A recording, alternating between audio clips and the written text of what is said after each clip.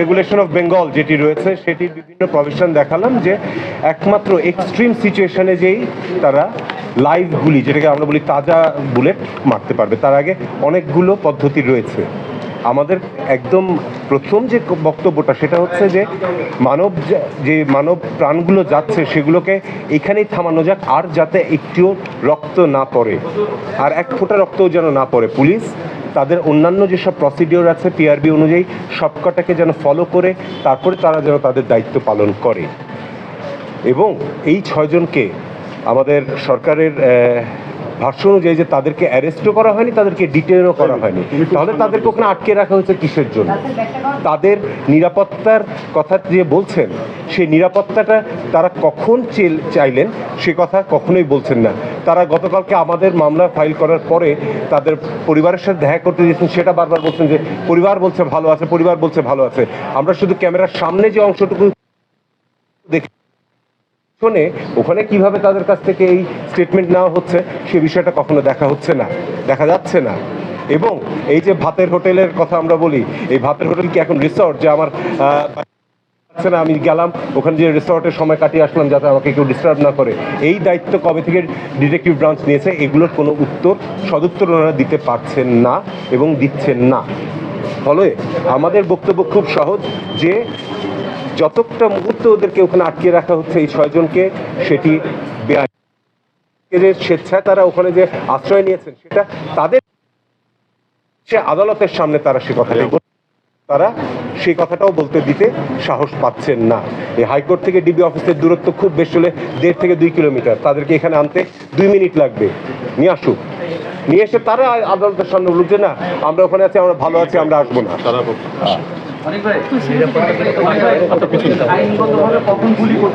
Police আইনগতভাবে কখন করতে পারে? 1 নম্বর, যদি ম্যাজিস্ট্রেটের কাছ থেকে পারমিশন নিতে হবে তাকে, যদি কোনো একটা অ্যাসেম্বলিকে ডিসপার্স করার জন্য সেটি করতে হয়, কিন্তু সেরকম কোনো আদেশ আমরা দেখতে পাইনি।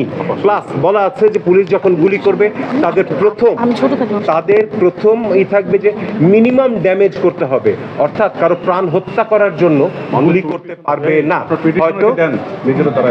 হয়তো শুধুমাত্র দেখা যাবে যে কাউকে ইনজুর করার জন্য বা ভয় দেখানোর জন্য মারতে পারে, প্রাণ নেওয়ার জন্য প্রথমেই কেউ গুলি করতে পারবে না।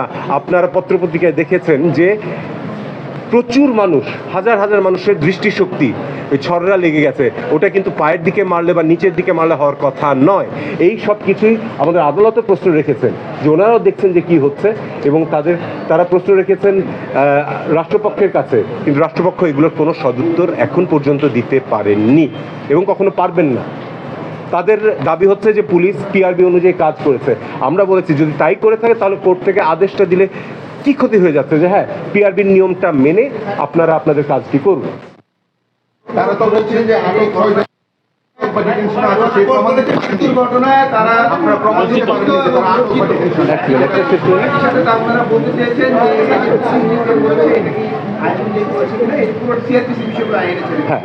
এবং এখানে যেটা হয়েছে পিআরবিতে বলা আছে যে কোন কোন ক্ষেত্রে পুলিশ এটা করতে পারে, এবং আমাদের আদালত আজকে তাদের আক্ষেপ এবং দুঃখ ক্ষোভ প্রকাশ করেছেন যে এত যে প্রাণ ঝরে গেছে সেটির ব্যাপারে।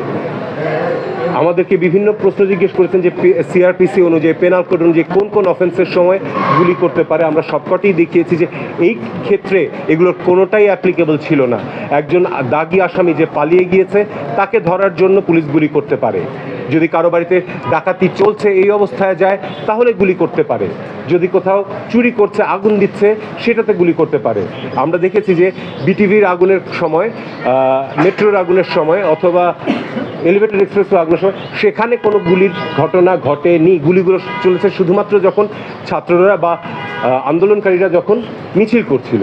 এবং আমাদের এই মামলাটি কিন্তু শুধুমাত্র আন্দোলনকারীদের জন্য নয়, যত কটি মৃত্যু হয়েছে সেগুলোকেও সবকটাকে আমরা বলছি যে এগুলো কোনোটাই ঠিক মতন হয়নি, এগুলোর কোনোটারই কোনো আইনগত ভিত্তি নেই এইসব মৃত্যু, সেগুলোকে থামানোর জন্য।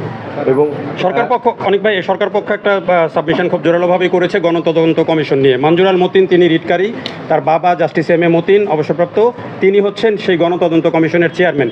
এটি কনফ্লিক্ট অফ ইন্টারেস্ট এবং এই পয়েন্টে তারা বলেছেন যে এই রিটটি কোনোভাবেই মেনটেনেবল। আমার যতদূর জানা মঞ্জুরাল মতিন সাহেব যিনি পিটিশনার আমার সাথেই রয়েছেন, তিনি একজন সম্পূর্ণ অ্যাডাল্ট এবং তার নিজের ক্ষমতা, নিজের বুদ্ধিমত্তা সব কিছু রয়েছে। তার বাবার কথায় তিনি উঠেন বসেন বা তার কথায় তার বাবা উঠেন বসেন, আমার মনে হয় এটি ঠিক নয়। এবং বাবার সাথে ছেলের মিলিয়ে ফেলাটা কখনোই ঠিক নয়। তার নিজের বিবেক বুদ্ধি দিয়ে তিনি কাজ করছেন, তার বাবা তার নিজের বিবেক বুদ্ধি দিয়ে কাজ করছেন। এখানে কোনো কনফ্লিক্ট অফ ইন্টারেস্ট নেই।